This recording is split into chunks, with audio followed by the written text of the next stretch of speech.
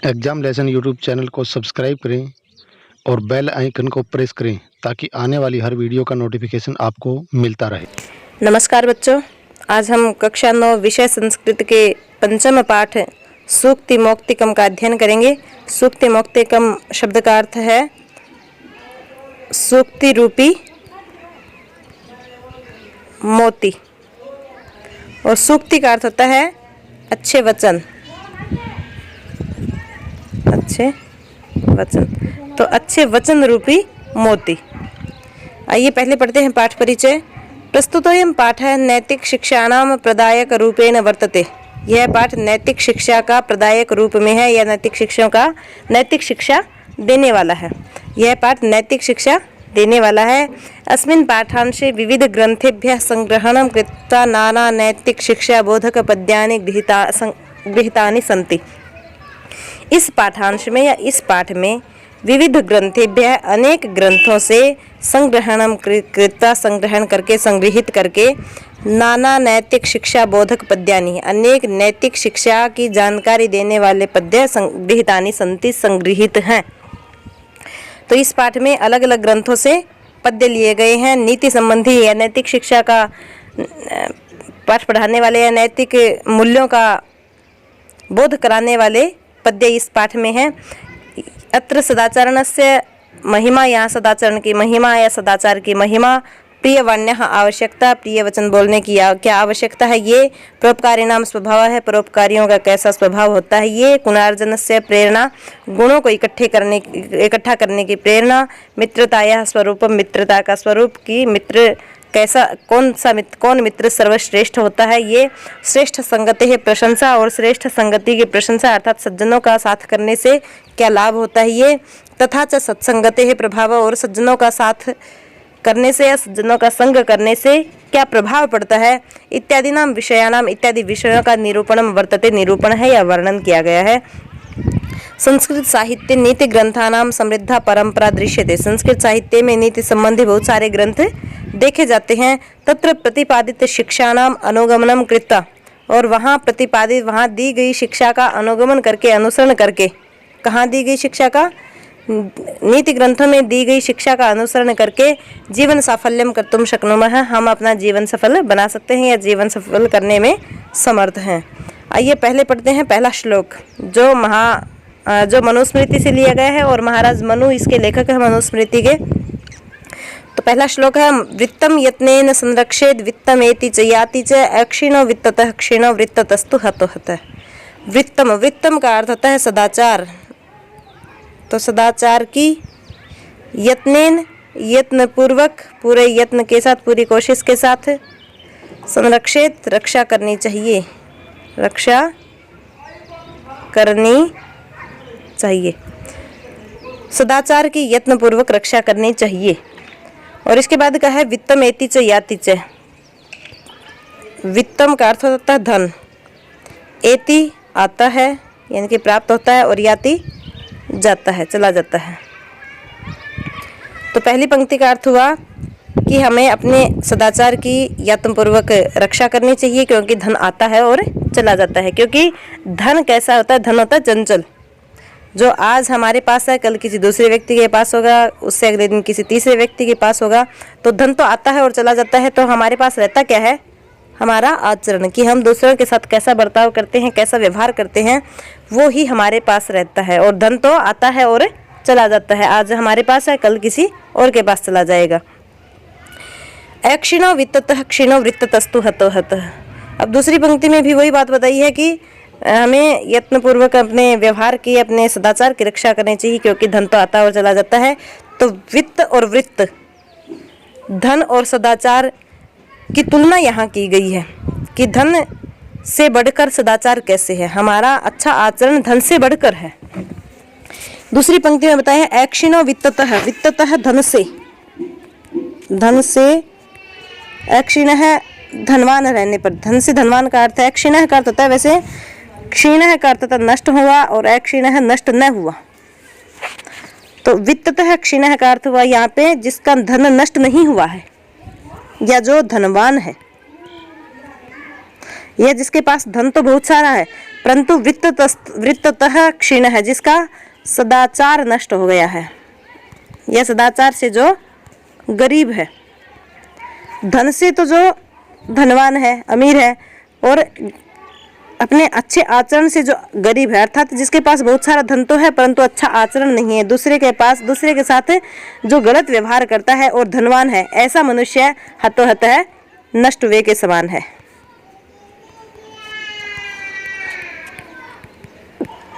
अर्थात ऐसा मनुष्य नष्ट हो जाता है, नाश को प्राप्त करता है। तो इसका भाव एक बार फिर से हम देखेंगे कि इसमें इस श्लोक के माध्यम से यहाँ मनु महाराज कहते हैं कि वित्तम यत्नेन संरक्षित वित्तम एति च याति च, अपने सदाचार की यत्न पूर्वक रक्षा करनी चाहिए, क्योंकि धन तो आता है और चला जाता है। अक्षीण वित्ततः, धन जिसके पास है या धन की अधिकता होने पर भी वित्ततः क्षीण है, जो अपने आचरण से नष्ट हो गया है या जिसका अच्छा आचरण नहीं है या दुराचार करता है, बुरा आचरण करता है, वह हतोहतः वह मनुष्य मानो नाश को प्राप्त करता है या नष्ट हो जाता है। तो इससे हमें शिक्षा मिलती है कि हमें अपना व्यवहार दूसरों के साथ वैसा ही रखना चाहिए जैसा हम अपने लिए चाहते हैं। हम ये चाहते हैं कि हमारे साथ सामने वाला व्यक्ति अच्छा व्यवहार करे तो हम भी उसके साथ वैसा ही व्यवहार करें। आगे दूसरा श्लोक है जो विदुर नीति से लिया गया है। विदुर नीति के लेखक हैं विदुर, आचार्य विदुर। इसमें बताया है कि श्रूयताम धर्म सर्वस्वम श्रुत्वा चैवावधार्यताम आत्मनः प्रतिकूलानि परेशान न समाचरित। श्रूयताम का अर्थ हुआ सुनो, धर्म सर्वस्वम धर्म का सार या धर्म की शिक्षा, धर्म का सार सुनो। श्रुत्वा चैवावधार्यताम, श्रुत्वा का अर्थ हुआ सुनकर, यहाँ च है, च का अर्थ है और सुनकर अवधार्यताम बनाए बचेगा। अब यहाँ पे अवधार्यताम, अवधार्यताम का अर्थ हुआ धारण करो। तो पहली पंक्ति का अर्थ हुआ धर्म सर्वस्वम श्रूयताम, धर्म का सार सुनो, श्रुत्वा च अवधार्यताम, और सुनकर उसे ग्रहण भी करो। धर्म की शिक्षा को सुनो और उसे सुनकर ग्रहण भी करो। यह च और अवधार्यताम के बीच में एक शब्द और भी है, वो है एव, च एव अवधार्यताम। तो पहली पंक्ति का अर्थ हुआ कि तुम सभी मनुष्यों, तुम धर्म का सार सुनो और सुनकर उसको ग्रहण भी करो। अर्थात धर्म हमें क्या शिक्षा देता है, यह सुनो और उस शिक्षा को फिर ग्रहण भी करो, अमल में लाओ। आगे है आत्मनः प्रतिकूलानि परेशान न समाचरित। जो पहले श्लोक में बताया था कि धन से बढ़कर व्यक्ति का व्यवहार मायने रखता है, तो इसमें भी वही बात है। आत्मनः प्रतिकूलानि परेशान न समाचरित। आत्मनः है अपने, प्रतिकूलानि, प्रतिकूल का अर्थ होता है विपरीत, अपने से विपरीत या अपने लिए जो गलत है, अपने लिए जो विपरीत है, प्रतिकूल है, वैसा व्यवहार। परेशान का अर्थ दूसरों के साथ, न का अर्थ नहीं, समाचरित करना चाहिए, करना चाहिए। आत्मनः प्रतिकूलानि, अपने लिए जो प्रतिकूल है, अपने लिए जो गलत है, ऐसा व्यवहार परेशान न समाचरित, हमें दूसरों के साथ नहीं करना चाहिए। अर्थात हमें जो व्यवहार, दूसरे का व्यवहार जो हमें गलत लगे, ऐसा व्यवहार हमें भी दूसरों के साथ कदापि नहीं करना चाहिए। तो इसका भाव हुआ कि धर्म के सार को सुनो, धर्म की शिक्षा को सुनो और उस शिक्षा को ग्रहण भी करो और दूसरों के साथ वैसा बर्ताव, वैसा व्यवहार न करो जो हमें अपने लिए गलत प्रतीत होता है, प्रतिकूल प्रतीत होता है। आगे तीसरा श्लोक है, चाणक्य नीति से लिया गया है। इसके लेखक हैं आचार्य चाणक्य। प्रिय वाक्य प्रदानेन सर्वे तुष्यन्ति जन्तवः, तस्मात् तदेव वक्तव्यम वचने का दारिद्र्यता। अब इसमें प्रिय वाणी के बारे में कहा है, प्रिय वचनों के बारे में कहा है कि हमें प्रिय वचन बोलने चाहिए। तो पहली पंक्ति में बताया है प्रिय वाक्य प्रदानेन, प्रिय वाक्य या अच्छे वचन, प्रदानेन का अर्थ, प्रदान करता था देना, और यहाँ प्रिय वाक्य देने के बजाय प्रिय वाक्य बोलने से अर्थ हो जाएगा। प्रिय वाक्य बोलने से, सर्वे का अर्थ होगा सभी, जो तुष्यन्ति प्रसन्न होते हैं, कौन? जंतवः, जंतु या प्राणी। प्रिय वाक्य बोलने से सभी प्राणी संतुष्ट होते हैं या प्रसन्न होते हैं। हम अगर पशु के साथ भी प्रिय व्यवहार करेंगे, प्रिय वाक्य बोलेंगे, तो वो भी समझ जाता है कि कब हम उसको पुचकारते हैं और कब हम उसको डांटते हैं। तो डांट के बोलते हैं और पुचकार कर बोलते हैं तो पशु भी उस बात को समझ लेता है, ग्रहण कर लेता है। तो यहाँ इसलिए यहाँ जंतु शब्द आया है। प्रिय वाक्य प्रदानेन सर्वे तुष्यन्ति जन्तवः। प्रिय वाक्य बोलने से सभी जंतु संतुष्ट होते हैं, प्रसन्न होते हैं। तस्मात् तो या इसलिए तदेव, तदेव का अर्थ हो जाएगा वही या वह ही, वही वक्तव्यम बोलना चाहिए। तो वही बोलना चाहिए। क्या बोलना चाहिए? वही प्रिय वाक्य। तो प्रिय वाक्य ही बोलना चाहिए। तदेव का अर्थ है वही और वही का मतलब है प्रिय वाक्य, इसलिए प्रिय वाक्य ही बोलना चाहिए। वचने का दारिद्रता, वचने बोलने में या प्रिय वाक्य बोलने में, प्रिय बोलने में का दारिद्रता कैसी गरीबी, बोलने में का अर्थ हुआ कैसी, दरिद्रता का अर्थ हुआ गरीबी। प्रिय वाक्य बोलने में कैसी गरीबी, अर्थात हम बोलते हैं तो किसी के साथ बोलते हैं तो बुरे वाक्य, गलत वाक्य न बोलकर, कटु वाक्य न बोलकर केवल प्रिय वाक्य बोलें, क्योंकि बोलना, अगर हमें बोलना ही है तो बोलने में कैसी गरीबी, और इसलिए कहा है यहाँ कि बोलने में कैसी गरीबी, अगर बोलना ही है तो प्रिय वाक्य ही बोले जाएं जिससे सभी जंतु संतुष्ट हों, प्रसन्न हों। तो इसका भाव हुआ कि प्रिय वाक्य बोलने से सभी जंतु संतुष्ट होते हैं, इसलिए प्रिय वाक्य ही बोलने चाहिए, क्योंकि बोलने में कैसी गरीबी। आगे चौथा श्लोक है, सुभाषित रत्न भांडागारम से लिया गया है। पिबन्ति नद्यः स्वयमेव नाम्भः स्वयं न खादन्ति फलानि वृक्षः। ये सुभाषित रत्न भांडागारम है, इसमें अलग अलग ग्रंथों के बहुत सारे श्लोक एकत्रित किए गए हैं।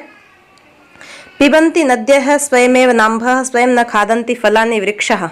इसमें इस श्लोक में परोपकार के बारे में बताया गया है कि परोपकार करने वाला व्यक्ति ये नहीं देखता कि इसके बदले में मुझे क्या मिलेगा। अगर हम किसी गरीब की सहायता करते हैं, किसी दीन दुखी पीड़ित व्यक्ति की सहायता करते हैं, उसकी